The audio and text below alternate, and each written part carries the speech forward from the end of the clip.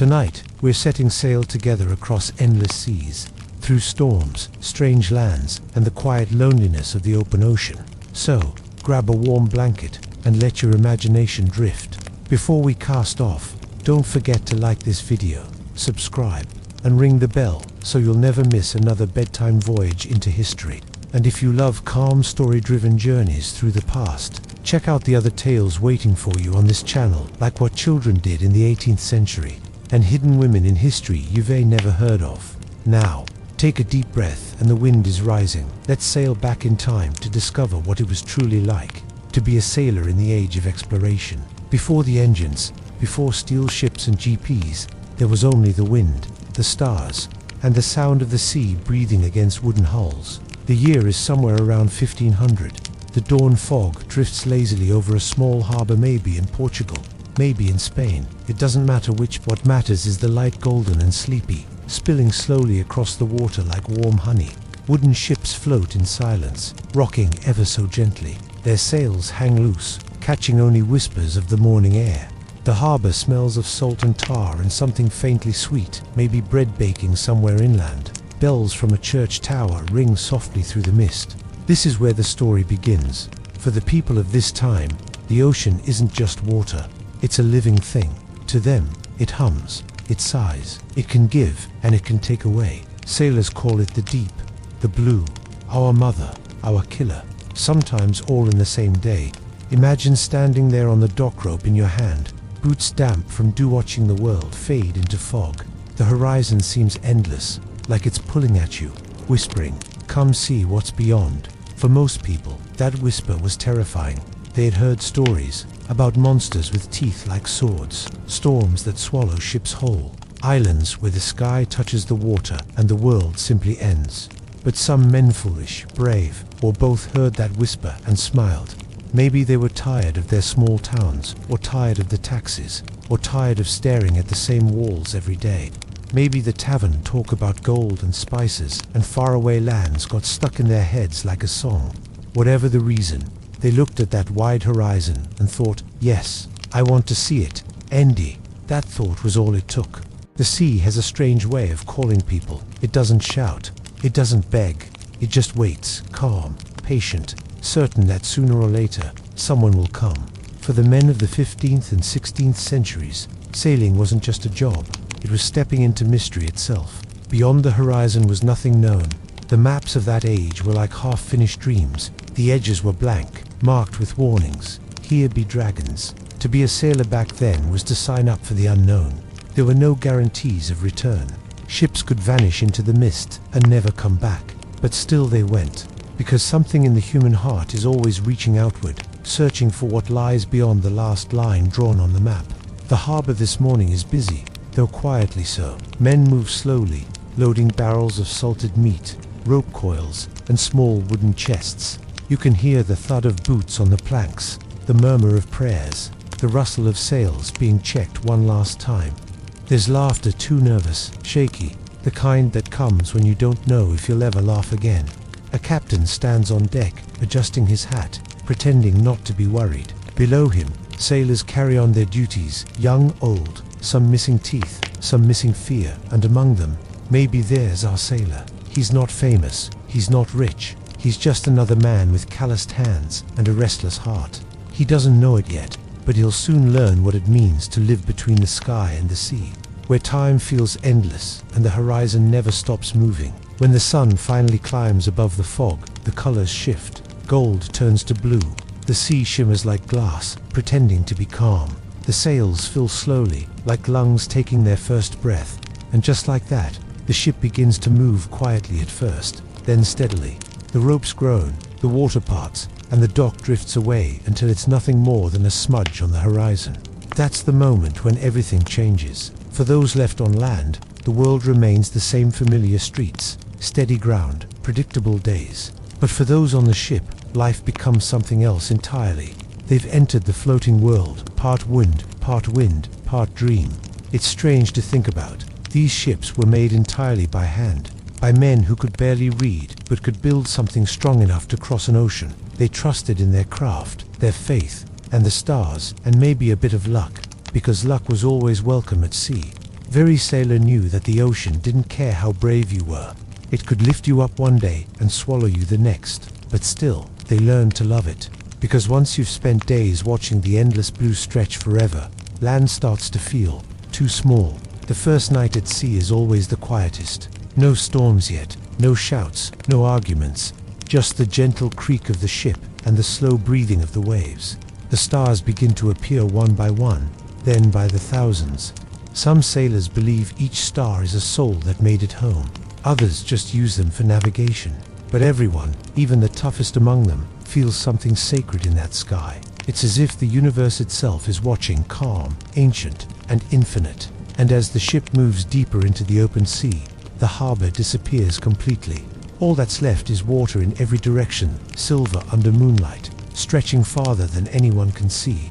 Our sailor stands on deck, hands on the railing, wind in his hair. He feels small, but also free. He doesn't know what's waiting beyond that horizon. None of them do. But in that moment, under the stars and the soft hiss of waves, there's peace. The sea hums deep and low, like it's singing an old song that only sailors can hear. A song about danger, beauty, and discovery. A song about how every journey begins with a single breath and a bit of faith. So if you ever find yourself standing by the ocean at dawn, listen closely. Beneath the sound of waves and wind, you might hear it too, that quiet, endless whisper calling you toward the horizon. And just like those sailors centuries ago, you'll understand. The sea has always been more than water. It's a mirror. It shows us what we're brave enough to seek and what we're afraid to lose. The horizon glows, the ship sails on, and the story drifts forward into wind, water, and time. The sea calls to different people in different ways. Some hear it as a song, soft and promising. Others hear it as a challenge, loud, wild, and impossible to ignore. But for most of the men who became sailors during the age of exploration, the call of the sea wasn't romantic at all. It was practical or desperate or, sometimes, just the only option left. You see, life on land in the 15th and 16th centuries wasn't exactly cozy. There were no office jobs, no weekend breaks, no mental health days. If you were poor, and most people were, the sea was one of the few places where you could earn food, a bit of money, and maybe, just maybe, a chance to see something beyond your village. Our sailor, let's call him Mateo, grew up in a small coastal village, somewhere along the shores of Portugal. His house was made of stone and salt, and the wind never stopped knocking on the door. His father was a fisherman. His mother mended nets and whispered prayers for calm seas. Every day, Mateo watched the older men drag their small boats back to shore, tired but alive. And sometimes, he'd look past them at the horizon and feel something stir inside him. It wasn't fear. It wasn't even curiosity, and it was restlessness. The kind that hums in your bones when you realize there's more world out there than you'll ever see from your doorstep. Still, restlessness doesn't fill a stomach. So when a royal ship docked nearby, hiring sailors for a long voyage, Mateo didn't hesitate. He was young, strong, and, most importantly, had nothing much to lose. Of course, his mother wasn't exactly thrilled. The night before he left, their small house was lit by one flickering candle. Mateo sat quietly, tying a small wooden cross around his neck. His mother watched him, eyes glistening in the dim light. She didn't say much. She didn't need to. The silence between them was heavy with all the words they'd never find. Outside, the village was quiet. A few neighbors peeked through their shutters. They knew what it meant when a young man left for the sea. It meant maybe he'd come back rich, or maybe he'd never come back at all. Before dawn, Mateo walked down to the docks. The world was wrapped in fog again, as if the sea was hiding its face, waiting to reveal itself only when it was too late to turn back. Around him, other sailors gathered. Some laughed, pretending they weren't nervous. Others stood alone, staring at the water. A priest moved slowly down the line, sprinkling holy water over them, muttering Latin prayers that mixed with the smell of salt and smoke. Each sailor touched their forehead, chest, and lips, hoping for protection, or at least mercy, and superstition was a kind of armor back then. Men carried coins blessed by priests, bits of rope from lucky ships, even locks of hair from loved ones. Some swore that whistling on deck would anger the wind. Others believed women on ships brought bad luck, though, honestly, the ships were already unlucky enough without adding that rule. Before boarding, Mateo turned one last time to look at the village. His mother stood by the water's edge, shawl wrapped tightly around her shoulders. She didn't wave. She just stood there, still, small, uncertain. The sea breeze carried her words to him, even though she didn't speak them out loud. "Come back." He nodded once, then stepped onto the gangplank. The wood creaked beneath his boots. The air smelled of rope, oil, and faraway places. And just like that, he crossed the invisible line between land and sea, between what S known and what S guessed. As the ship pulled away from the dock, Matteo felt his heart twist in his chest. The shore grew smaller, the people turned to dots, and the bells grew faint until they vanished completely. There's a strange kind of silence that follows the moment you leave everything behind. It's not empty, it's full of questions. What lies ahead? Will I make it back? Will the sea remember my name? He didn't know, but for now, there was only the sound of ropes tightening and waves slapping against the hull, the heartbeat of a new life beginning. Sailors often said the ocean chooses her own crew. Once you hear her voice, truly hear it, she never lets you go. And maybe that's true, because as Matteo watched the coastline fade into the horizon, something inside him shifted. The fear softened, the sadness took. What was left was a strange calm, the same kind of calm you feel when you finally start a story you've been meaning to tell all your life. Days later, when the wind caught the sails full and the ship leaned into open water, the men began to sing. Not loud, not wild, just quiet tunes to keep rhythm with the sea. Songs about home, about girls left waiting, about bread and ale, and sometimes about nothing at all. Because when you're surrounded by nothing but blue, music becomes a kind of anchor. Matteo joined in, though his voice cracked more than it carried. No one cared. Out here, everyone was equal. Sailors, dreamers, fugitives, all swallowed by the same horizon. Besides, on a ship, no one sings perfectly. The ocean always sings louder. As night came, the stars appeared again, the same ones from chapter 1, patient and endless. The captain pointed to them, explaining how they'd guide the ship across thousands of miles. Matteo stared up, wondering if his mother was looking at the same stars from home. Maybe she was. Maybe that's what comforted sailors most, the thought that no matter how far they went, the same sky stretched above them all. And as the waves rocked the ship into its rhythm, Matteo lay in his hammock, eyes heavy, heart half afraid, half thrilled. He didn't know what the future held. Storms, hunger, discovery, maybe even glory. But as the wind whispered through the rigging, he realized something simple. He was no longer just a fisherman's son. He was part of something vast and moving, a floating world, carried by wind and willpower. And in that stillness, as the ocean murmured its low lullaby beneath the deck, Matteo smiled. Because for the first time, he wasn't watching the horizon. He was chasing it. They used to say a ship was like a small piece of land that had decided to float away. Wood, rope, men, and hope. That's all it took to cross an ocean. But to those who lived aboard her, a ship was more than transport, and it was a world. A cramped, creaking, groaning little world, full of smells, sounds, and souls packed tightly together, drifting on the back of the sea. Let's take a slow walk through Matteo's new home. No rush. The sea isn't going anywhere. We start at the deck, open to the sky, bright with salt and wind. This is where sailors spend most of their waking hours. They scrub, they coil ropes, they patch sails, they shout orders, they swear at seagulls, and when the weather's kind, they laugh a little too. Under their feet, the deck is worn smooth by years of boots and buckets. Every plank has its own complaint, a soft groan here, a small crack there. The ship's never silent. She always sighs, hums, or whispers, like an old lady talking to herself. And if you listen carefully, you can almost hear her mood. When the wood moans deep and low, she's tired. When it's quick and sharp, she's nervous, same as her crew. Now, if you lean over the side, you'll see the ocean sliding past blue, green, silver, depending on her temper. Sometimes she's calm, so smooth you can see your reflection, and other times she's rough enough to make a grown man weep over his lunch. That's why sailors learned early, never trust a calm sea. She's only resting. Let's look up. See those giant poles stabbing into the sky? Those are the masts. They rise higher than church towers back home. At their tops, sailors called topmen climb and balance like cats, tying ropes and fixing sails while the ship rocks beneath them. No safety harnesses, no handrails, just rope, courage, and a good sense of balance. The sails themselves are heavy, thick, and always complaining when the wind fills them. They snap, they hiss, they whisper secrets to the sky. Without them, the ship would be nothing more than a wooden coffin drifting aimlessly. Every sound on board has meaning. The clang of a bell marks time. The shout of a boatswain means work faster.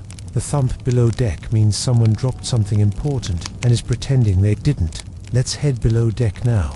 Careful, the stairs are steep, and the air changes as you go down. It gets darker, warmer, and a little less pleasant. The smell hits first, a mix of tar, sweat, smoke, wet rope, and salted fish. It's not exactly perfume, but after a few days, you stop noticing. The human nose gives up eventually. Down here, space is precious. Every inch is filled with barrels, ropes, tools, and more men than you'd think possible. It's like living inside a wooden stomach that constantly growls. The sailor's sleeping space is the forecastle, the front part of the ship. Hammocks swing from the beams, packed so close that if one man snores, 5 others can feel it. Privacy doesn't exist here. You learn to sleep through everything. The rocking, the shouting, even the occasional rat scurrying by like it owns the place. And yes, there were plenty of rats. They'd joke that the cook could make leather taste like chicken. The problem was, he often did. Beyond the galley lies the heart of the ship, the hold. It's dark and cool, packed with barrels of fresh water, wine, salt, and supplies meant to last months. There might also be trade goods, fine cloth, sugar, or gold if the voyage is lucky. And tucked between all that wealth are the simple things that keep the world running. Spare rope, nails, tools, candles, and a bucket or two for when the sea gets too rough. But the sailors didn't mind too much. The rats ate the crumbs, and as long as the rats were alive, it meant the ship was too. A little further back is the galley, the kitchen. It's a small room with an iron stove called a brazier, bolted to the floor so it doesn't tip over in rough seas.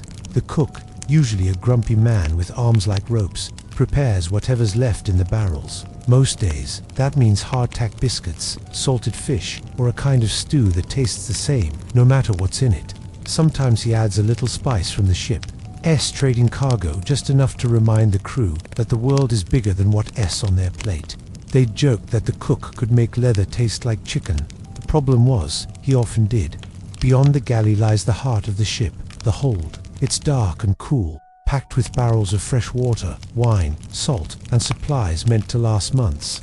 There might also be trade goods, fine cloth, sugar, or gold if the voyage is lucky.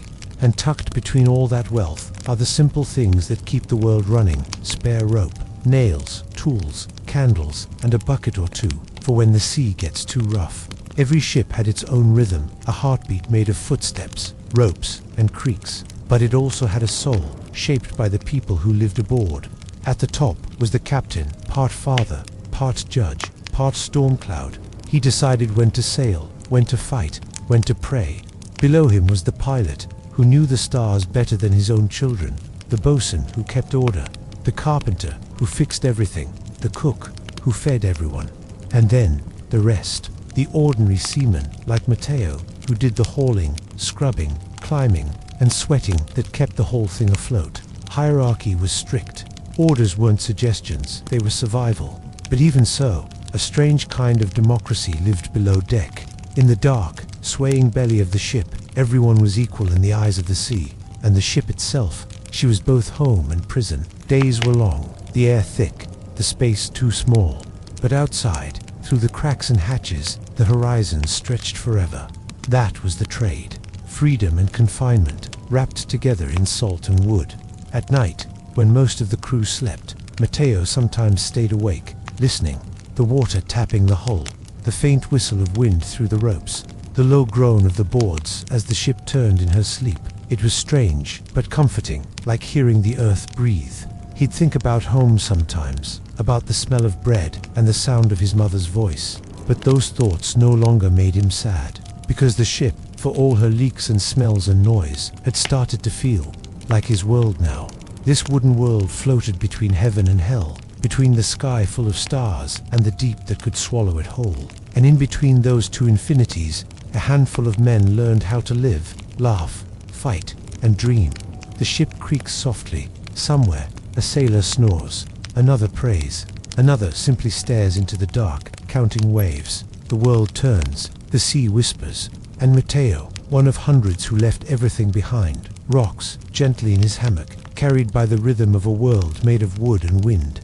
Life at sea had a rhythm, slow, steady, and strangely hypnotic, and not like the rush of land, where people chase clocks and coin.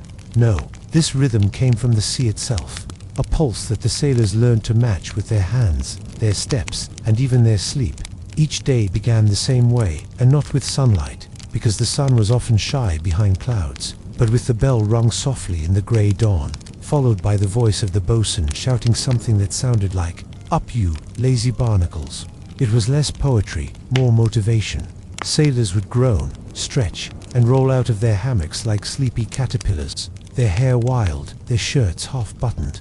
The smell below deck was, well, let's call it historic. The first task of every morning was simple, clean. The decks were scrubbed until they gleamed like wet bone. Barrels were shifted, ropes coiled neatly, and any fishy surprises left behind by the night sea were tossed back overboard with a muttered curse. The boatswain walked among them, barking orders, but not without affection. He was like a strict uncle, terrifying, but oddly reassuring. If a sailor ever complained, the boatswain would grin and say, "Don't like hard work? Try swimming to India." Once the deck was clean and the sails checked, came breakfast, though calling it that might be generous. Most mornings, it was a chunk of hardtack biscuit so tough you could chip a tooth on it, and a sip of watered-down wine. Sometimes, if fortune smiled, a piece of salted fish. Sailors had a trick for making the hardtack edible. They'd de-tap it on the table first, to scare out the weevils. Then again, some just ate the weevils for extra protein. They're sailors too, they'd joke. They've crossed more oceans than you. After breakfast came the long stretch of work that filled the day, hauling ropes, patching sails, repairing the endless little things that broke whenever the sea got moody, which was often. There was no schedule like on land. Time was measured, not in hours, but in bells. A ship's bell rang every half hour, and one bell meant the day was barely beginning. 8 bells meant a watch was over, and someone else's turn to keep the sea company had begun. To the untrained ear, those bells were just noise, but to the sailors, they were music. The steady heartbeat of their floating world. Clang, ... pause, ... clang. The same every day, every week, until it became part of their dreams. At midday, if the weather was calm, some sailors stole a few moments of quiet. They'd sit on coils of rope, carve bits of wood, or mend torn shirts. Matteo sometimes climbed halfway up the rigging, just to feel the wind stronger on his face. He'd look out at the ocean stretching forever and think, we must be sailing straight into the sky. There was no horizon line anymore, just blue melting into blue. No birds, no ships, no land. Only the sound of water folding over itself again and again, like a lullaby that never ends. It was peaceful, yes, but also eerie. Too much calm could drive a man inward into thoughts that were hard to escape.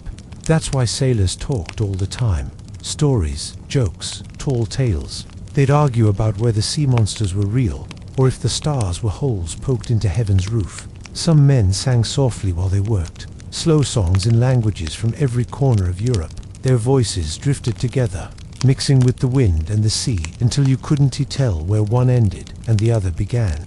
When the heat became too much, they cooled off by pouring buckets of seawater over their heads. It was refreshing if you ignored the salt.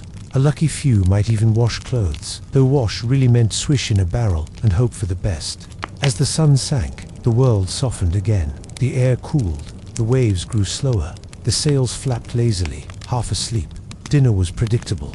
Another hard biscuit, more salted meat, sometimes peas boiled into something that looked suspiciously like glue.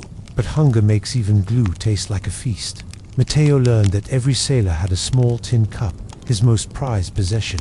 In that cup was the evening ration of wine or ale, thin and sour but deeply treasured. They'd raise it to the setting sun and toast the ocean itself. To calm winds and steady stomachs, one might say. To land that doesn't move, another would joke. And someone would always add, to tomorrow may it come gently. When darkness fell, the stars returned, scattered across the sky like glowing breadcrumbs. The night watch began. Half the crew slept, half stayed awake to keep the ship safe and steady. The night air was cool, the sea black and endless. Sometimes dolphins followed the ship, glowing faintly with the bioluminescent plankton. tiny sparks of green fire dancing in the wake. Sailors would whisper that those lights were spirits guiding them onward. Others said it was just nature. Either way, it was beautiful enough to make even the grumpiest man pause and stare.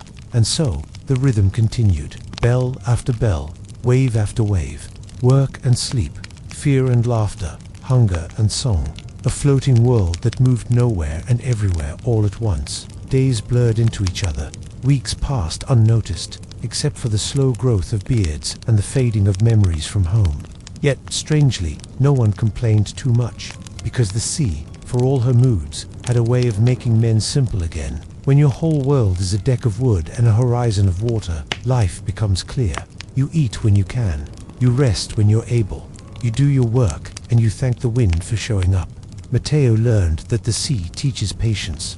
You can't rush the wind. You can't argue with waves. You just learn to move with them, the same way the ship does, the same way time itself does out here. By the time the ship rocked gently into another night, the crew was part of the rhythm now, as if the sea had pulled them into her breathing. Matteo lay back in his hammock, eyes half open, listening. Above him, the timbers creaked softly. Below him, water whispered secrets through the hull, and somewhere far off, a bell rang, faint and beautiful. He smiled in the dark, because for all the danger and the distance, there was something deeply peaceful about this life, a world that moved slow enough for the heart to catch up. And as the ship drifted through another calm night, Matteo drifted with it, not fighting, not fearing, just floating in time's quiet rhythm. In the middle of the ocean, faith was as important as food. When the sky was clear and the winds were kind, the sailors laughed, worked, and sang as if the sea itself were their friend. But when the clouds gathered and the waves rose like dark mountains, that's when faith became their only anchor.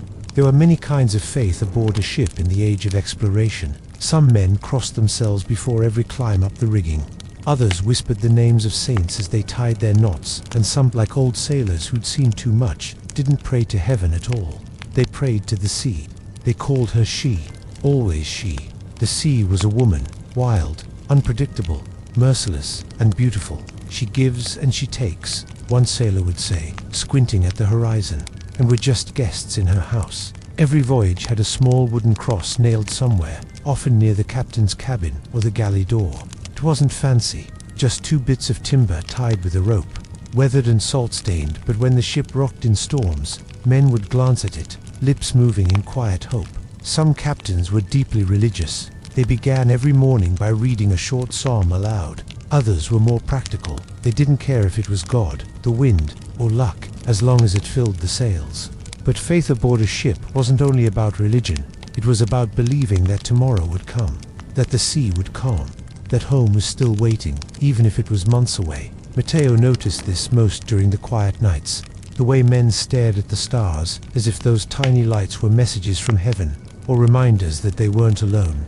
Each star had a name to the navigators, each constellation a story. One evening, Matteo found the captain, a weathered man named Captain Lemaire, leaning on the rail, eyes fixed upward. "Do you know," the captain said, his voice low and rough, "the stars don't lie. They never have." He pointed to the North Star, steady, unwavering. "That one stays where it is. No matter how far we sail, it's our home in the sky." Matteo nodded, quietly awed. "Then how do you find faith, Captain?" he asked. Lemaire smiled faintly. "Faith," he murmured. "It's not about believing you'll live forever, lad. It's about believing the wind will come when it's needed most." Still, faith had its rivals, fear being the loudest of them all. For every calm sea, there was a nightmare waiting. Superstitions swirled through the crew like whispers. You never whistled on deck. It might call the wind too strong. You never killed an albatross that was a sailor's soul returned to watch over the ship. And you never, ever renamed a vessel. That was an invitation for disaster. There were stories, too, of ghost ships, silent and glowing, that drifted through fog at night. Of mermaids who sang men to sleep, then dragged them beneath the waves. Of lights dancing on the water, signs of drowned sailors guiding the living home. No one said they believed these tales out loud, but when thunder rolled and lightning struck close, every man remembered them. The first storm of the voyage came without warning.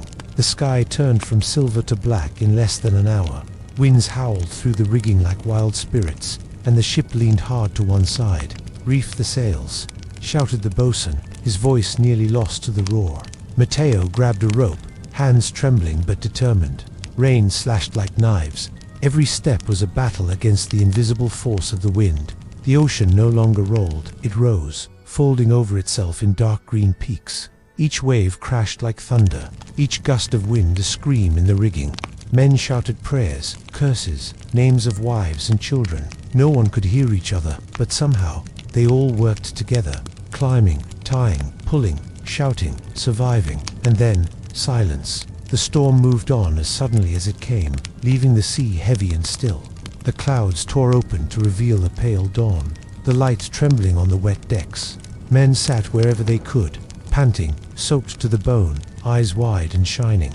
They had lived. Matteo looked up at the mast, still standing, and whispered, "She didn't take us this time." From somewhere behind him, the captain said quietly, "No, but she always could."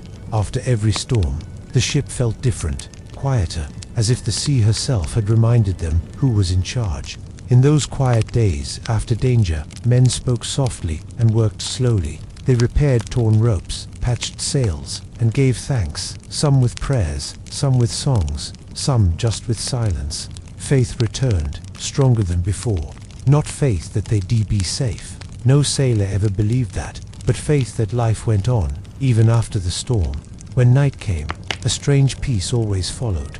The stars shone brighter after storms, as though washed clean, and the sea, exhausted from her fury, rocked the ship as tenderly as a mother rocking a child.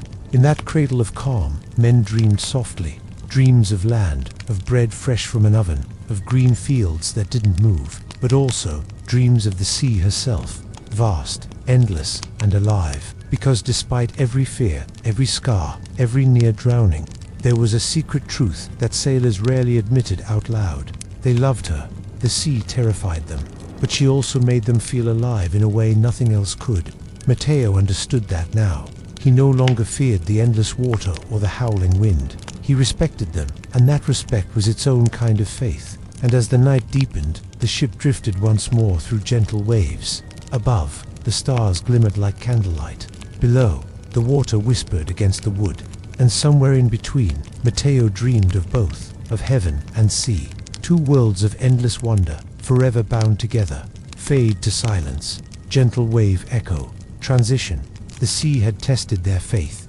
Now, it would test their minds. For isolation has its own storms. Time, that's the one thing the ocean never runs out of. Days blend into each other, slow and silent, like the tide rolling over sand. The sun rises, the sun sets, and nothing really changes. Just sea, sky, and more sea. For sailors in the age of exploration, that endless sameness was the real trial. Not storms, not pirates, but the slow, quiet weight of time itself. By the second month at sea, the excitement had long faded. The songs that once echoed from the deck were sung less often. The laughter between the men turned softer, shorter, tired. Matteo had stopped marking the days on the wooden post by his hammock. What was the point? When every sunrise looked exactly like the last, time stopped being something to count. Meals were predictable too. Salted fish, hard biscuits that could chip a tooth, and water that tasted faintly like old wood. The cook, a big man with arms like barrels, tried his best to add flavor. Sometimes he detossed in a bit of dried onion or squeezed the last lemon they had left. Dinner fit for kings. He'd joke, waving his spoon like a scepter. The men would chuckle weakly. They were grateful for the humor, even if their bellies didn't agree. But laughter couldn't fill an empty stomach. As the voyage stretched on, supplies thinned, and the ocean offered no mercy. When it didn't rain, the barrels of fresh water grew lower each week. Every sip became precious. They'd tilt the cups slowly, letting the drops slide over their tongues, closing their eyes just to taste something clean. Then came the sickness. It started quietly, a few men complaining about sore gums, or wounds that wouldn't heal. Then their teeth began to loosen, their skin bruised at the lightest touch. Scurvy, a word every sailor knew, but none dared say out loud. There was no medicine, no cure, not out here. Only lemons or oranges could save them, but those had vanished weeks ago. So they did what sailors always did. They endured. They worked through the pain, tied their ropes, sang their songs, softer than before. And when one of them couldn't rise from his hammock, the others worked twice as hard. Matteo remembered the first burial at sea. The ship stopped moving for the first time in weeks. The crew stood in a line along the deck, hats in hand, eyes down. The body wrapped in canvas and tied with rope lay on a wooden plank at the edge. The captain read a short prayer. No one spoke. Then, with a quiet nod, two men lifted the plank, and their shipmates slipped gently into the deep. No grave, no stone, just water, endless, eternal. But somehow, that felt right. The sea had taken one of her own, and the men respected that. For the rest of the day, no one joked, no one sang. But that night, when the stars came out, someone hummed a tune so soft, it was almost part of the wind. Others joined in, a wordless song of memory and mercy. And slowly, the weight lifted. That's how sailors survive the trials of the ocean, not by being strong all the time, but by carrying each other through the weak moments. When the days were too hot, the deck felt like an oven. The men would tie wet rags around their heads and sit in the shade of the sails, talking about anything that wasn't blue or wet. They'd describe the smell of home, fresh bread, pine trees, warm stew, rain on rooftops. They'd argue about which port had the prettiest women, or who could drink the most wine without falling overboard. Small things, harmless, funny, human. It wasn't much, but it was enough.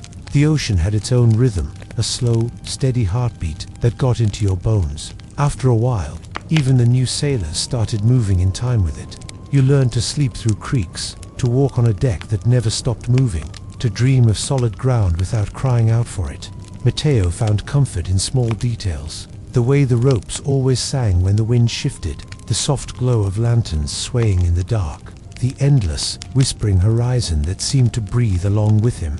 One night, the sky was so clear it felt like they were sailing through the stars themselves. The Milky Way stretched like silver dust from one edge of the sky to the other. Matteo lay on his back, the deck gently rocking beneath him, and whispered, "Maybe we're not lost. Maybe we're just very, very small." The bosun, lying nearby, chuckled softly. "Aye, lad," he said, "and maybe that's the trick, realizing the CISNT out to get us. She just doesn't even know we're here." Weeks passed. Somehow, the ship kept moving, slow but steady. Every man aboard had changed, even if they didn't know it yet. Their hands were harder, their skin darker, their eyes quieter. They had become part of the ocean's rhythm, patient, weathered, enduring. Then, one dawn, it rained. Real rain, not a storm, but soft, clean water falling from a grey sky. Men ran out with buckets, bowls, even their bare hands raised. They laughed and shouted, letting the drops run down their faces. Matteo tilted his head back, mouth open, tasting heaven. The rain was sweet, cold, alive. In that moment, they didn't feel cursed or forgotten anymore. They felt blessed, reminded that even the sea, in all her moods, still offered mercy sometimes. When the clouds cleared and the ship pushed forward again, the men stood a little straighter. They still had months to go, still had sickness, hunger, and storms ahead. But they also had faith, not the kind you pray for, but the kind you live through. Matteo wrote in his small sea-stained notebook that night, "The sea tests us in ways no man can see. She takes our strength, our comfort, our time, but she gives us something back, to a kind of peace you only find when there's nowhere left to run. Out there, surrounded by nothing but blue." The sailors learned the hardest truth of all. To survive the ocean, you had to become part of it. The sea had taken much from them, their comfort, their sense of time, but it had also given them something in return, each other. When you live months upon the sea, surrounded by nothing but water and sky, you start to realize something. The ship isn't just wood and rope, it's a world, and the men aboard aren't just sailors, they're family. A strange, noisy, smelly, sea-tossed family, but family all the same. By the time the voyage reached its third month, the crew of the Santa Lucia knew each other like brothers. They knew who snored loudest, who stole extra bread, and who could tie a knot in the dark with one hand. They knew each man's rhythm, when he'd wake, when he'd pray, when he'd stare at the horizon lost in thought. Matteo had become one of them. No longer the nervous boy who whispered prayers to the wind. Now, his hands were rough, his skin sun-browned, and his laugh, when it came, was deep and genuine. He'd learned to curse in 3 languages, to mend sails, to tell when rain was coming just by the smell of the air. But most of all, He'd learned the secret every sailor eventually discovers, that survival on the sea isn't about strength, it's about each other. Nights were when the brotherhood came alive. When the sun went down and the work was done, men gathered on deck under the stars. Someone would bring out a small drum, another a cracked flute, and soon the air filled with soft, crooked music. Old sea songs, half prayer, half joke, drifted over the quiet waves. The words didn't always make sense, and the notes were never quite in tune, but that didn't matter. They weren't singing for beauty, they were singing to remind themselves they were still human. One night, the carpenter, a big man with kind eyes and a missing front tooth, shared a story about the time he'd nearly married a mermaid. She was beautiful, he said, hair like silver seaweed. Only problem was, she snored like a cannon. The men roared with laughter. Matteo almost dropped his cup of watered wine. Then the cook leaned in, wiping his hands on his apron. "Bah, that's nothing," he said. "Once, I kissed a woman in Lisbon who could drink a sailor under the table. Next morning, found out she was a sailor." More laughter, more clapping. For a few precious minutes, the sea wasn't endless and cruel. It was home.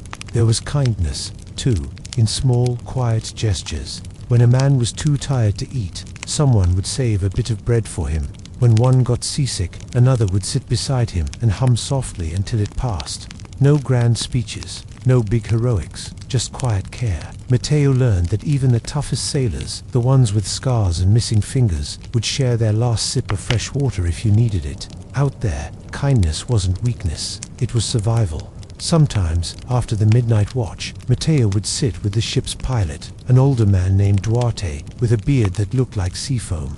Duarte had sailed since before Matteo was born. He rarely spoke about his past, but when he did, his voice carried the sound of distant shores.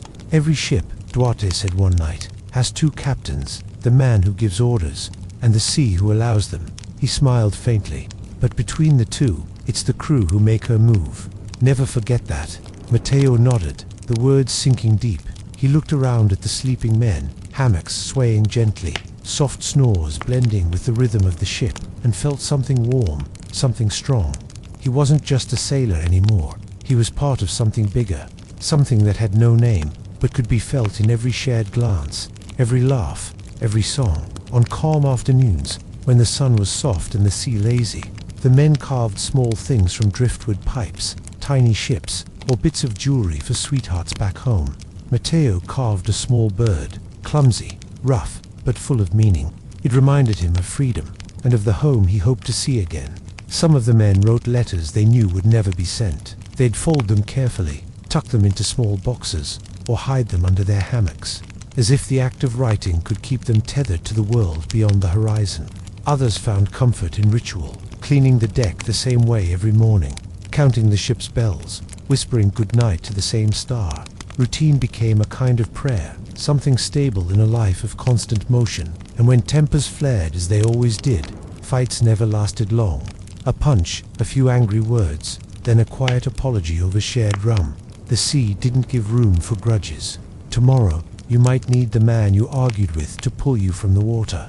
In their small, swaying world, everything was shared, the danger, the laughter, the silence. They had become brothers, not by blood, but by survival, by trust, by knowing that the man beside you would risk his life if the rope slipped or the sail tore loose in a storm. That bond, that unspoken understanding, was the strongest thing on the ship, stronger than the wood, stronger than the wind. One evening, as the sun melted into the sea and painted the deck in gold, Matteo stood beside the captain. The men were laughing behind them, passing a jug of rum, singing off-key. The captain smiled softly and said, "They think they're just sailors, but they're keeping the world turning. Lad, brick by brick, wave by wave." Matteo nodded. "And what keeps them turning, Captain?" The old man's eyes glimmered. Each other. The laughter faded as night came, replaced by quiet conversation and the soft rocking of the ship. Lanterns flickered, stars mirrored on the water, and the world seemed impossibly vast and peaceful. Matteo lay in his hammock, listening to the steady rhythm of creaks and sighs, and felt safe, truly safe, for the first time since leaving home. He realized that the ocean, for all her cruelty, had also given him something precious, a family that floated.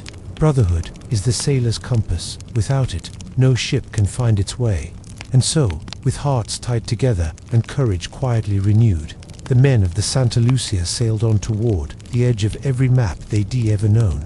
Every map has an edge, and beyond that edge, only imagination. In the 16th century, most sailors believed that if you sailed too far west, you might fall right off the world. The oceans were still half legend, half rumor, filled with sea monsters, ghostly islands, and whispers of paradise just over the horizon. But now, after months at sea, the Santa Lucia was sailing where no familiar line on any map could guide them. They were moving into the blank, the place marked only with old Latin words, Hic sunt dracones, here be dragons. Matteo stood on deck that morning, the light grey and soft as smoke. The air felt different, heavier, maybe. The ocean stretched endlessly in every direction, but something about it seemed alive, as if the sea itself were holding its breath. He looked at the ship's compass, the needle trembling. The pilot frowned. The air's full of iron. Maybe, he said, half to himself. Or maybe it's magic. The men laughed nervously. Even the captain smiled, but no one quite relaxed. Because when you sailed off the edge of the known world, even laughter carried a little fear. They had stories for this kind of sea, stories passed down from sailor to sailor over cheap rum and candlelight, of serpents that circled ships and swallowed men whole, of islands that appeared for a single day, then sank back beneath the waves, of ghostly lights that floated on the horizon, leading sailors either to safety or straight into the deep. One man swore he saw a shape beneath the waves, long, pale, like a moving cloud underwater. Another said he heard singing at night, faint and beautiful, just beyond the ship's lantern glow. The captain told them not to worry. Men fear what they don't know, he said, and we've never known more than we do now. Still, when darkness fell, he posted extra watches, just in case. The stars grew brighter out here, far from land, so bright that the ocean itself seemed to shimmer with reflected light, the sky above, the sky below. Matteo looked over the rail and felt dizzy. It was like floating between two heavens. The navigator spent long hours with his astrolabe, measuring angles, whispering calculations. The crew watched him as though he were reading the sea's secret language. When he finished, he simply nodded. Still west, he said. Always west. The days blurred. The ocean took on colors no one had words for. Blue, green, silver, violet, sometimes all at once. Flying fish darted through the air like sparks. Whales rose from the deep, their breath misting in the dawn. And once, far off on the horizon, a volcano rose from the sea, smoke curling upward like a message from another world.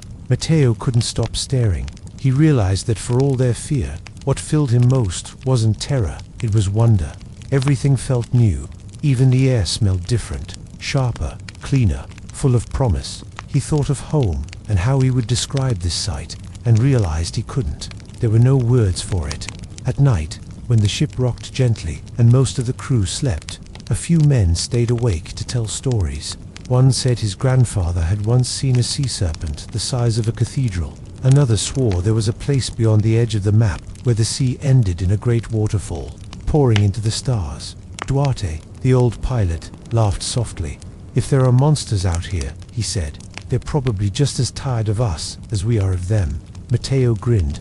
Do you think the world ever really ends, Duarte? The old man looked out over the dark water. No, he said quietly, but it does change shape when you're brave enough to look past the edge. There was something poetic about that. The idea that the world wasn't flat, but folded, like a map being opened wider and wider. And every sail that pushed farther wasn't falling off the earth, it was unfolding it. The next morning brought a new sound, a distant cry that wasn't a gull, higher, sharper, echoing across the wind. The men leaned over the side, squinting into the light. Birds, shouted one of them, and sure enough, small white birds circled overhead, dipping low toward the water. Where there were birds, there was land, or something close. The air grew warmer, the sea shallower. Driftwood floated by real wood, not just seaweed. A sign. The captain's voice, calm but full of something like hope, carried across the deck. Hold course. We're close. That night, no one truly slept. They whispered and laughed softly, as if afraid to wake the sea. Matteo sat on deck, watching the stars ripple in the black water. He realized he wasn't afraid anymore. The edge of the map was in T, the end. It was the beginning of every story yet to be told. He took out his small notebook and wrote, "By lantern light, we've reached the place no map can show. Yet here we are, breathing, laughing, living. Maybe the world is bigger than fear." At dawn, the horizon changed color, a pale green glow that wasn't from the sun. Someone shouted, then another. Matteo ran to the rail. Far ahead, through the mist, something rose, dark and jagged, like teeth breaking through the water. Then, as the light grew stronger, he saw it. Palm trees, land. The men froze for a moment, unable to believe it. Then cheers erupted, hoarse, joyful, almost wild. Some wept, others dropped to their knees, thanking God or the sea, or both. After months of endless blue, they had reached something solid, something new. For the first time, the men of the Santa Lucia looked upon a shore no one from their world had ever seen. And though their hearts leaped with joy, somewhere deep inside, a small voice whispered, "The edge of the map is never the end. It is only the beginning of what must come next." The ocean had given them discovery. Now it would give them something even greater, the taste of new land, and the strange beauty and danger that waited there. Morning broke with gold spilling across the sea. The men of the Santa Lucia stood shoulder to shoulder along the deck, eyes fixed on the horizon. After months of nothing but blue water and grey sky, the sight of green felt almost unreal, as if the world itself had finally remembered how to breathe. Palm fronds shimmered in the distance, swaying like slow hands welcoming them ashore. The light caught on the waves, dazzling their tired eyes. And somewhere, deep within the forested hills beyond the beach, a bird called, a sound no man among them had ever heard before. For a long time, no one spoke. Then the captain took off his hat and held it to his chest. "Gentlemen," he said quietly, "we've reached the other side of the world." No one cheered at first. The silence was too sacred. Then one man began to weep, not out of fear, but relief. Another laughed, rough and unsteady, like he'd forgotten how the ship's bell rang. A single clear note that shimmered in the air like sunlight on water. They were alive. They had crossed what many believed could not be crossed. And in that moment, even the sea seemed to sigh in peace. Creak of wood, splash of anchor chain. The captain gave the order, "Drop anchor." The chain rattled down, echoing through the hull like thunder underwater. The sails were drawn, the ropes coiled, and the Santa Lucia came to rest just beyond the shallows. Men leaned over the sides, staring at the rippling sand below the first sight of earth they'd seen in months. Matteo knelt, dipping his hand into the water. It was warmer here, softer somehow, and when he lifted it, sunlight danced in each droplet that ran from his fingers. He smiled. For the first time in weeks, he could smell land, the sweetness of soil, the green breath of trees, and the faint tank of something blooming. Boats were lowered. Matteo climbed into one, his legs trembling as much from awe as exhaustion. The oars dipped into the shallows, breaking the reflection of a new world. The beach ahead gleamed white, pure, untouched. Beyond it, tall trees rose, their leaves flickering like emeralds in the light. The air hummed with life, birds calling, insects buzzing, the steady rhythm of waves behind them. As their small boat scraped gently against the sand, the men fell silent again. The first mate stepped out, sinking his boots into soft, warm earth. He turned and nodded to the captain. "We've done it," he said softly. The captain's voice, usually firm and commanding, was hushed, as though he feared to disturb the peace of this place. "Then let us walk lightly," he murmured. "We are guests here." Matteo was one of the last to step ashore. The sand was fine and pale, almost white, and it felt strange beneath his feet, solid, but still trembling, as though the island itself was alive and aware of their arrival. He bent to pick up a shell, spiral, pink, gleaming like pearl. For all the gold they'd hoped to find, this tiny thing seemed more precious. He looked around, the trees, the mountains, the far-off mist where rivers might wind unseen. He thought of how the maps back home would soon change, how a blank space would now have a name, a shape, a story. They walked inland, slowly, as if entering a cathedral. Sunlight streamed through leaves in golden shafts. Flowers glowed like jewels scattered across the forest floor. Everything smelled new, sap, salt, fruit, rain. One sailor touched a tree trunk and whispered, "It's real," as though he needed to remind himself. But not everything was peaceful. They found footprints, bare, human, pressed fresh into the damp soil. The men froze.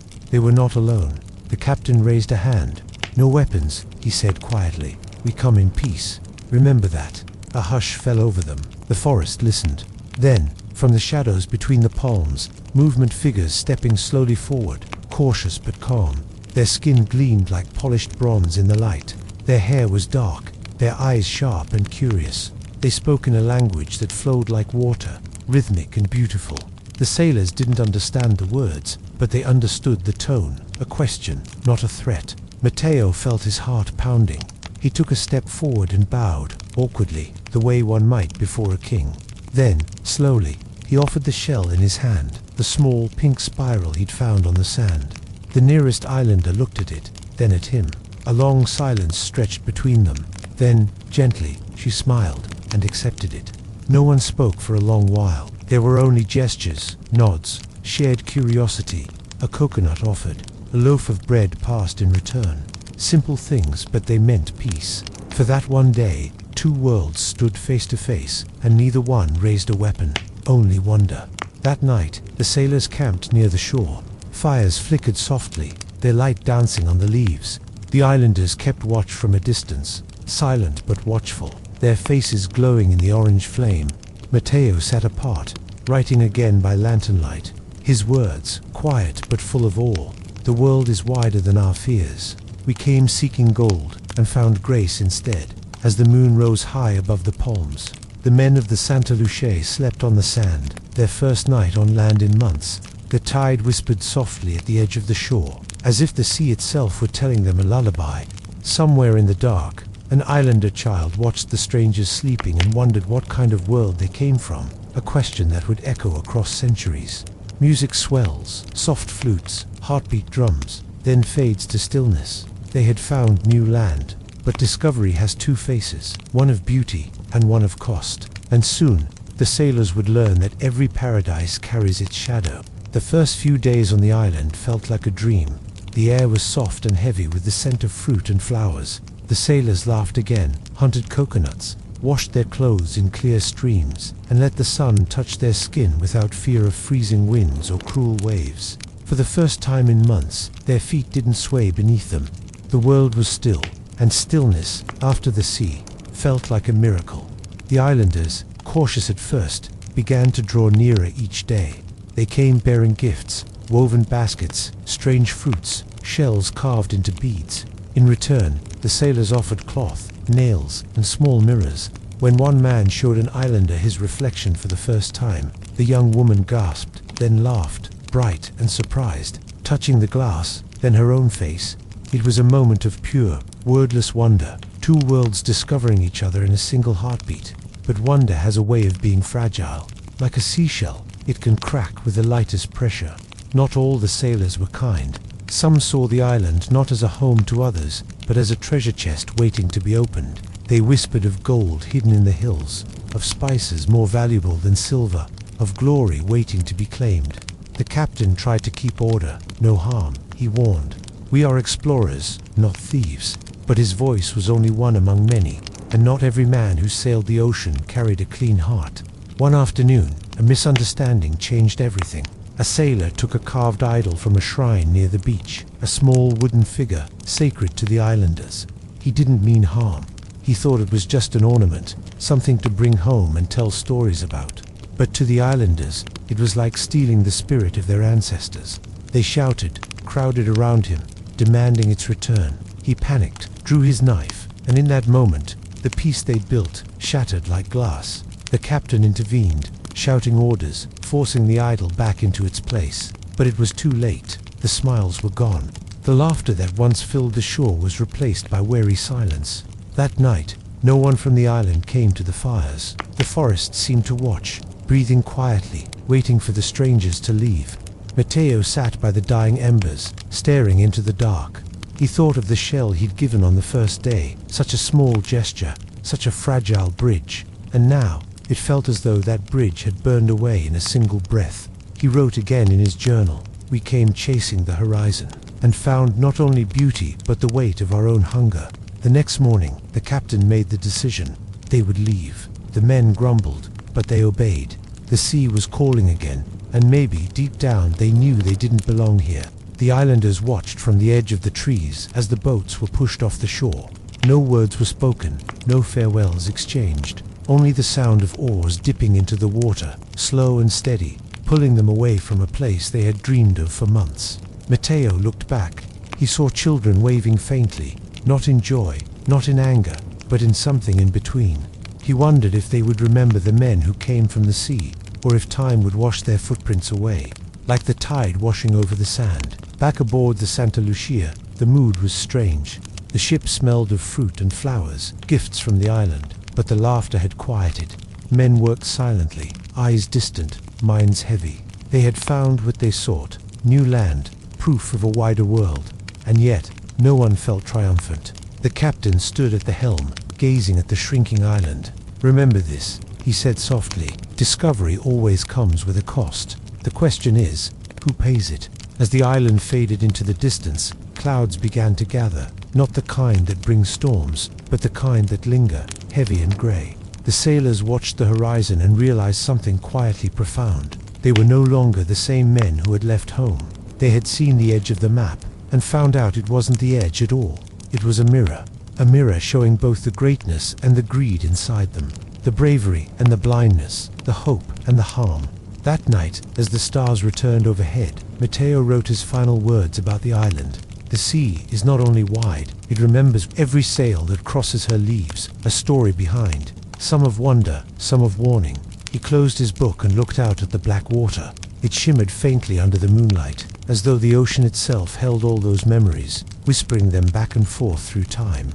Somewhere in that endless song of waves were the voices of those islanders, and perhaps, if one listened long enough, you could still hear laughter beneath the sorrow. And so, the sailors sailed on their ship heavier, not with gold, but with the quiet weight of understanding. The world was larger than they'd dreamed, and far more complicated than they'd ever known. Transition, the island faded behind them, and the long journey home began a voyage, not toward discovery, but toward reflection. The sea that had once seemed endless now felt familiar. Every sound, every sigh of rope, every whisper of water against wood, carried a kind of comfort. The Santa Lucia turned her bow toward home. Her sails, patched and faded, caught the tired wind like old lungs taking one more deep breath. The men moved slower now. Their skin was dark from the sun, their clothes worn thin, their voices rough but quieter. They had been changed, not just by distance, but by what distance had shown them. For days, they sailed through calm seas. The ocean stretched out smooth as glass, a mirror reflecting clouds and faces both older than when they'd begun. Matteo sat on deck most mornings, sketching what he could remember. The island, the faces, the strange fruits, the shapes of birds that didn't exist back home. He didn't draw them for glory. He drew them so he wouldn't forget. The captain passed by and paused to watch, trying to capture the world. "Are you?" he asked quietly. Matteo smiled faintly, trying not to lose it. "Sir." Every man aboard dreamed of home, the warmth of a kitchen fire, the sound of familiar bells, the smell of bread baking. But there was something strange about the longing. Home no longer felt like a single place. The ocean had changed them. It had widened their souls. And though they longed for the land, a part of them already knew they would miss the sea the moment it disappeared behind them.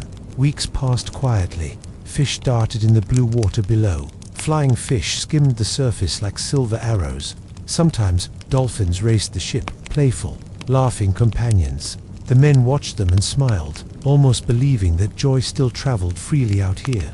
At night, when the stars returned, the crew gathered near the bow to tell stories, not of gold or kingdoms, but of memories. A song from childhood, a lost love, a prayer whispered in the dark. They spoke softly, as if afraid the stars might overhear and carry their secrets away. One evening, as the sky burned pink, a sailor spotted something far ahead, a broken barrel, bobbing in the water, then another, and another, bits of wreckage floating aimlessly. The captain frowned. "There's been a storm here," he said. They slowed, drifting among the remains of another ship, sails torn, a mast floating like a ghost's finger. Matteo stared over the side and whispered a quiet prayer for whoever hadn't survived. For a moment, no one spoke. Even the sea seemed to hold her breath. Then, the captain's voice calm, steady, the voice of a man who had seen death and decided to keep living anyway. "Remember this, men, the sea gives no explanations, only chances." That night, Matteo couldn't sleep. He lay in his hammock, listening to the groan of the wood, feeling the endless rocking that had become second nature.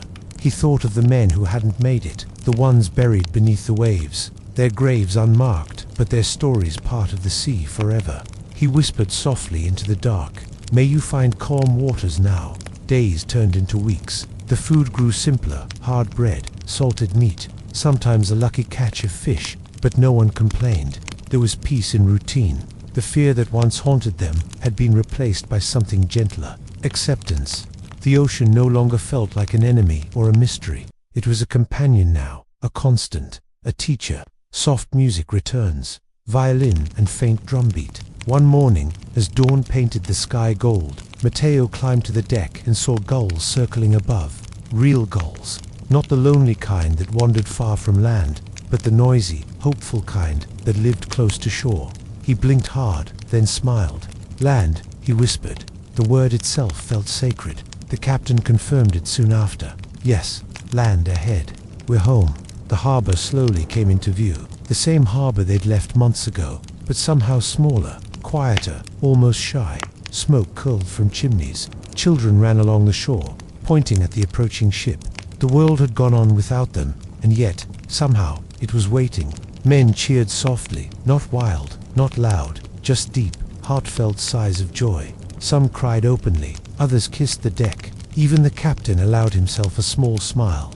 When Matteo stepped ashore, the ground felt strange, solid, unyielding. He stood still, eyes closed, feeling the absence of motion for the first time in so long. The city smelled of smoke and bread and horses, and not at all like salt. He should have been happy. He was, but there was a quiet ache inside him, like the sea had left its rhythm inside his bones. He wandered the docks for a while, watching ships sway gently in their berths. Some were preparing to sail out, their crews busy and bright-eyed, young men dreaming of discovery, just as he once had. He almost called out to them to warn them, to tell them that the sea would test them, change them, haunt them. But he didn't, because he knew that no one can learn that from words. They have to learn it from the waves themselves.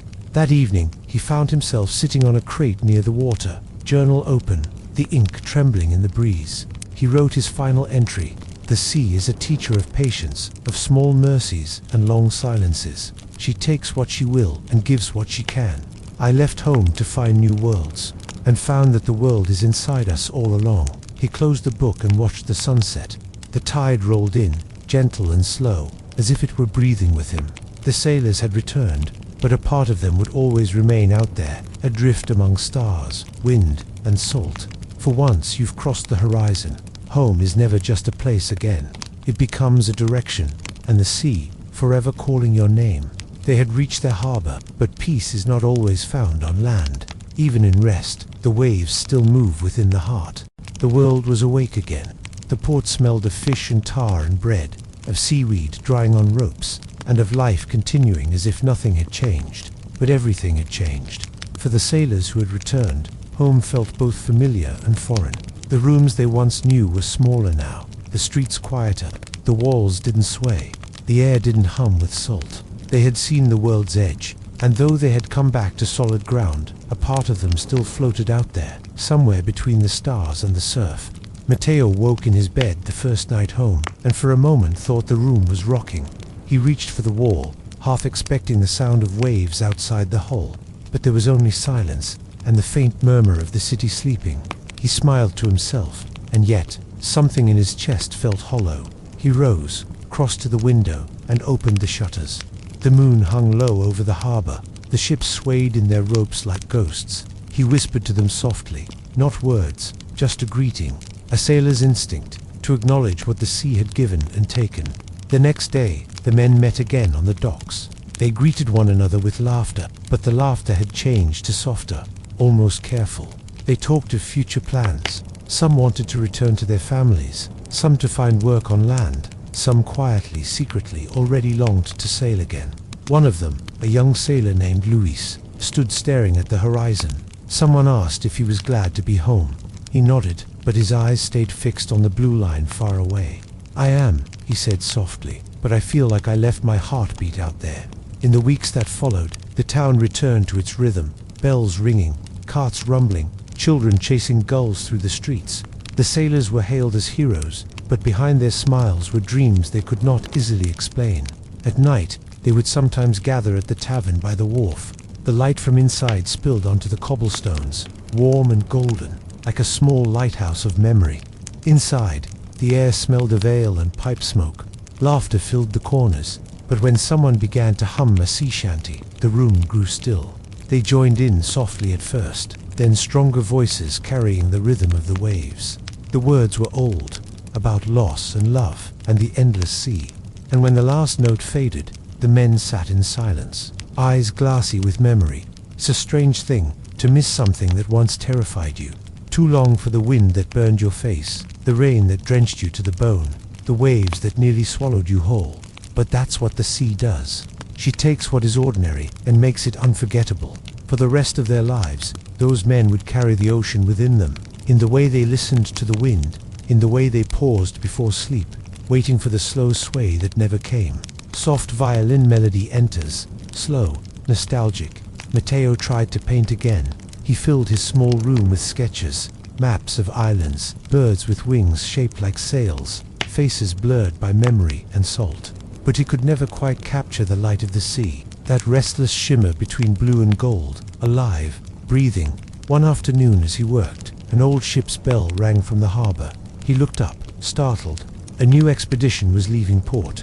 He stood at the window, watching the sailors climb aboard. They were laughing, shouting, faces full of the same wonder he had once known. And in that moment, he realized that every generation must answer the sea's call for themselves. No story, not even his, could quiet that hunger for discovery. That night, unable to sleep, Matteo walked down to the water. The tide was low, the moon high. He sat on the old dock, feet dangling above the dark ripples. The sea was quiet, but not silent. It murmured, as if speaking in its old familiar language.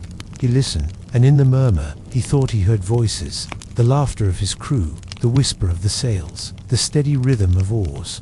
Not ghosts, but memories, alive and drifting, riding the surface of the tide.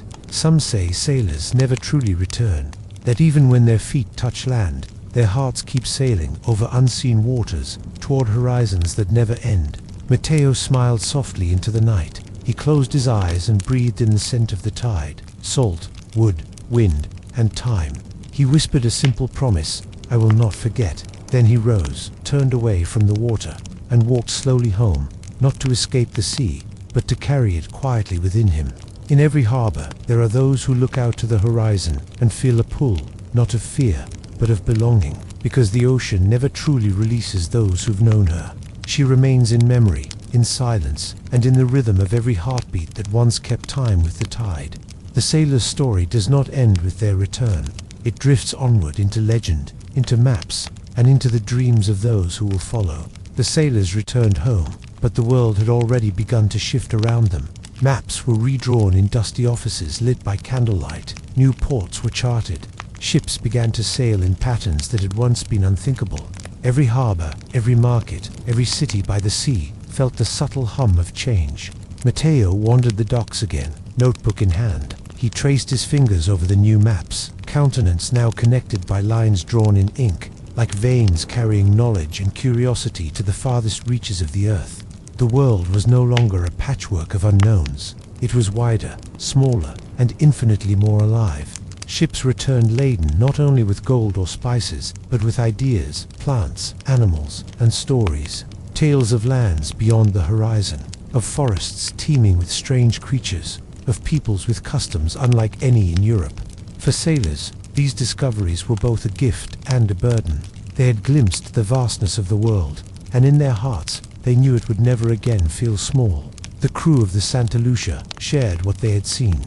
They spoke of islands that shimmered with morning mist, rivers that cut through dense jungles, and mountains rising like jagged teeth from the earth. They described the faces of the islanders, their eyes curious, their gestures cautious but open. Matteo wrote it all down, not just to record the facts, but to honor the moments of connection, the small gestures of peace and understanding that had made the voyages human.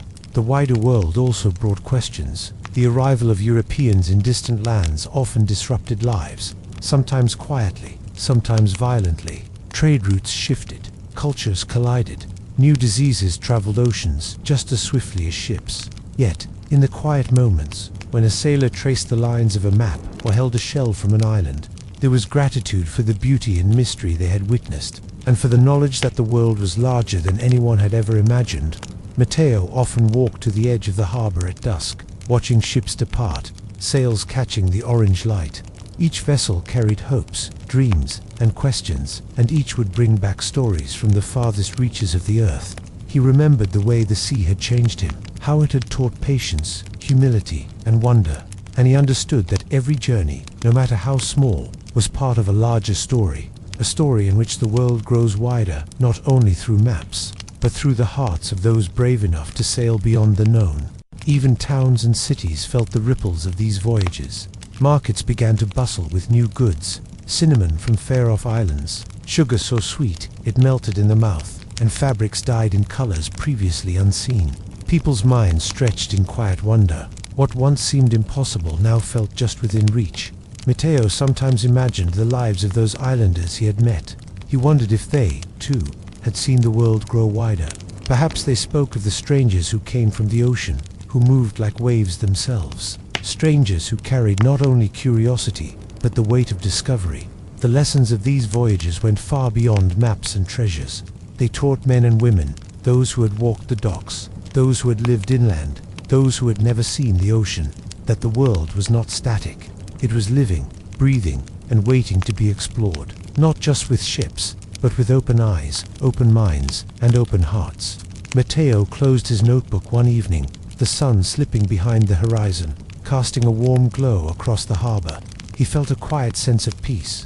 The world was wider, yes, but it was also full of possibility, of connection, of stories yet to be told. And he understood that, no matter where a sailor goes, or how far the ocean stretches, the journey is never truly about the land itself. It is about the hearts and minds of those who cross it, and the way the world is changed by every brave step into the unknown. The age of exploration was more than ships and maps. It was curiosity and courage. It was wonder and fear. It was the quiet courage of ordinary men who looked out at the horizon and chose to follow it, even when the end was unknown.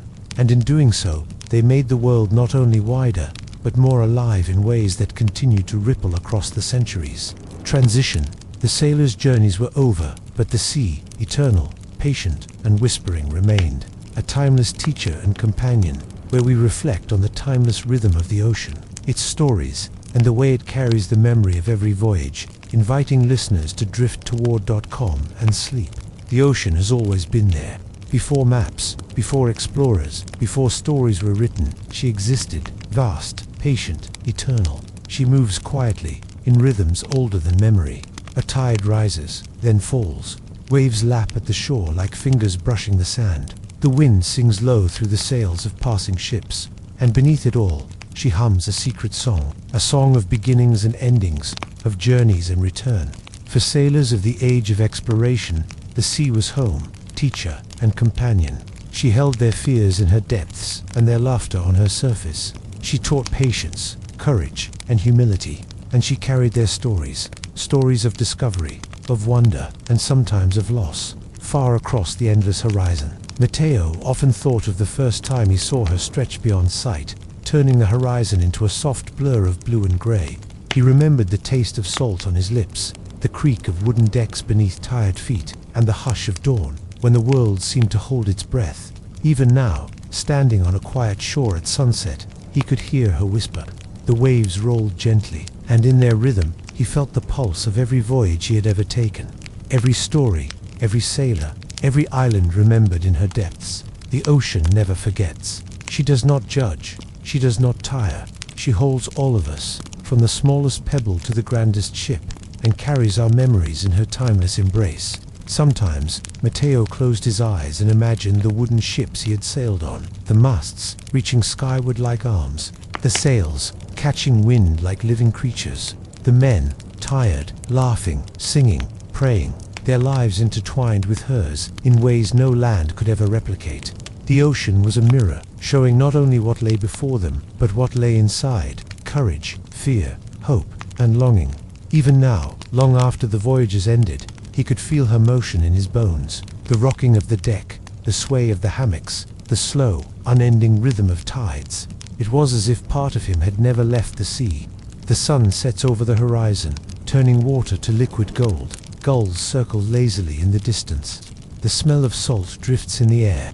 Matteo walks along the sand, feeling grains slip between his fingers. He stops and watches a small wave break at his feet. It retreats and returns, over and over, a soft, eternal reminder that the sea endures, even as ships come and go, even as men live and die. And the sea carries more than memories. She carries lessons, that the world is wider than we can see, that courage can be gentle as well as bold, that every journey changes the traveler, and that every return is only the beginning of another story. Matteo kneels and picks up a shell, smooth and spiral-shaped, just as he had done years before on a distant island. He smiles softly, remembering the hands that had reached out to give and receive, the laughter, the songs, the moments of awe. The horizon stretches endlessly before him. The sky fades from gold to pink to deep indigo. Stars begin to appear, reflected in the water like tiny lanterns. The world feels quiet, calm, and infinite. Matteo sits, letting the waves brush his feet. He breathes in the sea air, feeling the rhythm of the tides match the rhythm of his own heartbeat. And in that quiet, he understands. The ocean, eternal and patient, is a friend, a memory keeper, a lullaby. And so, the sailor's stories rest with her. The laughter, the sorrow, the wonder, the courage. Every adventure, every loss, every moment of awe folded gently into her endless memory. The waves rise and fall. The wind whispers. The horizon beckons endlessly. And those who listen, really listen, can hear the faint echo of ships, of oars dipping, of men singing quietly to pass the long night. The ocean does not hurry. She does not rush. She waits patiently for all who wish to return, and holds those who never leave. Close your eyes. Listen to her rhythm. Feel the gentle sway of memory and time, and let the sea carry you, slowly, softly, into dreams. The ocean is eternal. She does not change, yet everything changes upon her surface. Ships rise and fall with her tides. Sailors come and go, their stories whispered into her endless expanse, and the sea keeps them all. Every journey, every laugh, every tear folded quietly into her memory. Standing on a modern shore, Matteo felt the same swell of awe he had centuries ago. The horizon stretched endlessly before him, a line of soft blue that blended sky and water. He could still hear the creak of wooden decks beneath his feet, the hum of sails catching wind, the soft rhythm of waves that had been his companion for so long. Soft lull of waves, faint echo of distant bells. The ocean had changed, and yet, in her essence, she was unchanged. She had always been there, waiting for the curious, waiting for the brave, waiting for anyone who might listen. Matteo knelt and let his fingers brush the sand. The grains felt like memory itself, smooth, soft, and endless. He imagined the sailors of old, their faces worn with salt and sun, their eyes wide with wonder at horizons unseen. Each had carried the ocean inside them, even after stepping onto land, even after the world grew smaller under maps and knowledge. The sea remembers everything. She remembers the first oar dipping into her waters, the first scream of joy at land ho. She remembers the quiet deaths, the burials at sea, the whispered prayers that drifted into the wind. Every discovery, every mistake, every small triumph, all cradled in her depths. Matteo closed his eyes. He imagined the horizon far away, where the first explorers had stared, heartbeats quickened by fear and awe. The same horizon, now, centuries later, still called to anyone willing to listen. There is a rhythm to the eternal sea, a rhythm older than humanity, older than any city, any empire, any written word. It rises and falls like a heartbeat, steady, patient, infinite, and for those who have known her, her rhythm becomes part of them. It pulses through their veins. It whispers in the dark, rocking them in sleep long after the ship is gone. The world may have changed. Continents were connected. Trade routes opened. New lands were mapped. But the ocean remained. She was unchanged by gold, by politics, by pride. She was still the same quiet teacher, the same patient witness to the triumphs and failures of mankind. Matteo remembered the sailors he had known, their laughter, their sorrow, their courage. He remembered the young men who had never returned, swallowed quietly by her depths, their stories mingling with the tides, never truly lost. Even now, he He could hear the ocean in everything, in the sway of trees, in the low hum of a distant city, in the heartbeat of anyone who has ever looked out at the horizon. The rhythm of water, wind and sky becomes the rhythm of memory itself. He thought of the islands they had found, of faces bright with curiosity and caution, of gifts given and received, of moments of wonder that transcended language. Even centuries later, the echoes of those first meetings were carried in the tide, in stories whispered from one sailor to the next, from one generation to another.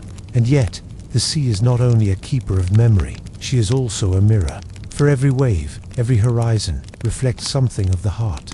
Courage, fear, curiosity, longing, joy, grief, all become visible in the endless blue. Matteo realized that every sailor who had ever sailed the horizon had been changed by the sea, just as the sea had been changed by them. Though she is eternal, she is never indifferent. She remembers what has touched her, and she shapes those memories into lessons, gentle, persistent, patient. Sometimes, when he walks the modern shore at night, Matteo listens closely. The waves whisper secrets of long voyages, of friendships forged in salt and sun, of first landfalls and final departures. And he knows that these stories are still alive, carried on the water, waiting for ears that will listen. The eternal sea does not hurry. She does not complain. She does not tire. She simply moves, and in her movement, she teaches all who cross her path. Matteo imagines the future sailors, their eyes wide at horizons unbroken, their hearts beating in time with the waves. They will face storms, wind, and uncertainty. They will face joy, awe, and discovery. And they will learn, as he learned, that the ocean is a companion, steady, patient, eternal. The horizon is still there, a line that blends sky and sea, never-ending and inviting. Matteo breathes deeply, letting the salt air fill him, letting the rhythm of the tides fill his chest. The stories of sailors past and present drift through his mind, folding softly into dreams, cradled by the eternal pulse of the sea. Close your eyes, feel the ocean beneath you, feel her rhythm in your heartbeat. Let her waves rock you gently, like a lullaby older than time. The sailors have returned to memory, the islands, the ships, the laughter and tears, all carried quietly in her depths. And so can you. Imagine the horizon stretching endlessly before you, the sky blending with the water, the soft whisper of waves brushing your ears. Breathe slowly. Let your mind drift. Let the eternal sea carry you into dreams. He, ocean, is eternal. She remembers, she waits, and she carries all of us, quietly, patiently, into rest. The sun sets slowly over the horizon, painting the sky in golds and pinks, and the ocean stretches beyond sight, endless, patient, eternal. Matteo stands at the water's edge, barefoot, feeling the sand shift beneath him. He breathes in the salt-laden air, letting the rhythm of the tides fill him, as though the ocean itself is speaking softly, reminding him of the journeys he has witnessed and the journeys still to come. Every voyage leaves a trace, however faint. Ships vanish over the horizon, yet their stories remain carried in the memory of the sea, in the whisper of wind through sails, in the creak of decks under footsteps, in the quiet hearts of those who dared to explore the unknown. Matteo closes his eyes and remembers the harbor at dawn, fog curling over the wooden docks, the smell of tar and rope, the shouts of men awakening the day. He remembers the laughter of sailors, sharing a meal of hardtack and salted fish, the soft songs sung beneath the stars, the tears shed quietly for lost friends, the thrill of seeing a distant island rise from the ocean, its trees and hills and shores unknown to any map. He remembers the first land ho, and the mixture of awe and fear that came with discovery. He remembers the gifts exchanged, the lessons learned, and the quiet sorrow when the horizon called them away. The ocean carries all of this, and more. She carries the courage of every man who stepped aboard a ship, the curiosity that led them to the edges of the world, the mistakes they made, the kindness they offered, and the memories they cherished. And she carries us too, all who listen, all who dream, all who wonder at the horizon. She teaches that the journey matters more than the destination, and that every horizon we reach is both an ending and a beginning. Matteo bends down and lets the tide wash over his fingers. He thinks of the sailors returning home, their eyes still carrying the sea in quiet longing. The streets they once knew felt smaller, their homes unfamiliar after months on the waves. Yet they carried the ocean in their hearts, and it never left them. And we too carry our own oceans within us. The small triumphs, the quiet sorrows, the moments of wonder, all of it moves through us like a tide, gentle, patient, eternal. Even the stars above seem to remember the journeys of those long ago. Each night, when the sky is clear, Matteo imagines sailors steering by the constellations, navigating by the silent lights of the heavens, feeling both lost and guided at the same time. The same stars shine now for us, reminding us that the world is larger than we see, and that the unknown is always waiting, quietly, patiently, just beyond the horizon. The sailors' stories are no longer just tales of ships and islands. They are stories of human curiosity, courage, and resilience. They remind us that discovery is never only about land or gold, but about understanding, connection, and the willingness to step forward into uncertainty. Matteo walks along the shoreline as the moon rises. Its silver light dances on the water, turning each wave into a ribbon of light, each ripple a memory of a journey past, each glint a whisper of the lives touched along the way. He thinks of the sailors who laughed beneath the stars, who carved keepsakes and wrote letters they may never send, who formed bonds deeper than the ocean itself. They were ordinary men, yet their courage made the world wider, and their memories echo quietly through the tides, through every wave, through every horizon we see today. And now, standing alone on the sand, Matteo closes his eyes. He imagines the ships, their sails catching the wind, their crews singing softly into the night, and he feels the pulse of the ocean beneath them all. The sea moves slowly, endlessly, and in that movement there is comfort. It tells us that no journey is ever truly lost, that every step into the unknown leaves a mark, that every voyage, however long, however difficult, carries lessons and memories worth cherishing. Even as the sailors' footprints fade from the sand, even as their ships disappear over the horizon, the stories remain. The sea remembers, the wind remembers, the stars remember, and those who listen and dream and wonder remember too. Matteo kneels and scoops a handful of sand, letting it slip slowly through his fingers. It is a small, quiet reminder that time moves on, but memory, like the sea, endures. It carries the laughter and tears of those who came before, and the courage and curiosity of those who will come after. And so, we leave the sailors to their rest, cradled forever in the rhythm of the ocean. We leave the islands and shores, the birds and trees, the first landfalls and the farewells. All of it rests in the eternal pulse of the sea, carried across time and waiting for all who will listen. The horizon stretches forever. The wind sighs softly. The waves hum a quiet song. Close your eyes. Feel the rhythm of the sea. Let it rock you gently, as it once rocked sailors on the decks of wooden ships. Let the tides carry your thoughts, your dreams, your memories into a quiet, endless expanse. Because the ocean is eternal. She remembers, she waits, and she will carry you, softly, gently, into sleep. The sun sets slowly over the horizon, painting the sky in golds and pinks, and the ocean stretches beyond sight, endless, patient, eternal. Matteo stands at the water's edge, barefoot, feeling the sand shift beneath him. He breathes in the salt-laden air, letting the rhythm of the tides fill him, as though the ocean itself is speaking softly, reminding him of the journeys he has witnessed and the journeys still to come. Every voyage leaves a trace, however faint. Ships vanish over the horizon, yet their stories remain carried in the memory of the sea, in the whisper of wind through sails, in the creak of decks under footsteps, in the quiet hearts of those who dared to explore the unknown. Matteo closes his eyes and remembers the harbor at dawn, fog curling over the wooden docks, the smell of tar and rope, the shouts of men awakening the day. He remembers the laughter of sailors, sharing a meal of hardtack and salted fish, the soft songs sung beneath the stars, the tears shed quietly for lost friends, the thrill of seeing a distant island rise from the ocean, its trees and hills and shores unknown to any map. He remembers the first land ho, and the mixture of awe and fear that came with discovery. He remembers the gifts exchanged, the lessons learned, and the quiet sorrow when the horizon called them away. The ocean carries all of this, and more. She carries the courage of every man who stepped aboard a ship, the curiosity that led them to the edges of the world, the mistakes they made, the kindness they offered, and the memories they cherished. And she carries us too, all who listen, all who dream, all who wonder at the horizon. She teaches that the journey matters more than the destination, and that every horizon we reach is both an ending and a beginning. Matteo bends down and lets the tide wash over his fingers. He thinks of the sailors returning home, their eyes still carrying the sea in quiet longing. The streets they once knew felt smaller, their homes unfamiliar after months on the waves. Yet they carried the ocean in their hearts, and it never left them. And we too carry our own oceans within us. The small triumphs, the quiet sorrows, the moments of wonder, all of it moves through us like a tide, gentle, patient, eternal. Even the stars above seem to remember the journeys of those long ago.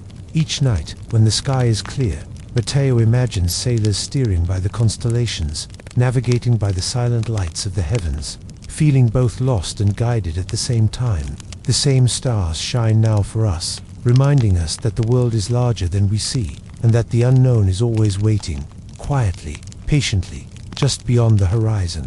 The sailors' stories are no longer just tales of ships and islands. They are stories of human curiosity, courage, and resilience. They remind us that discovery is never only about land or gold, but about understanding, connection, and the willingness to step forward into uncertainty. Matteo walks along the shoreline as the moon rises.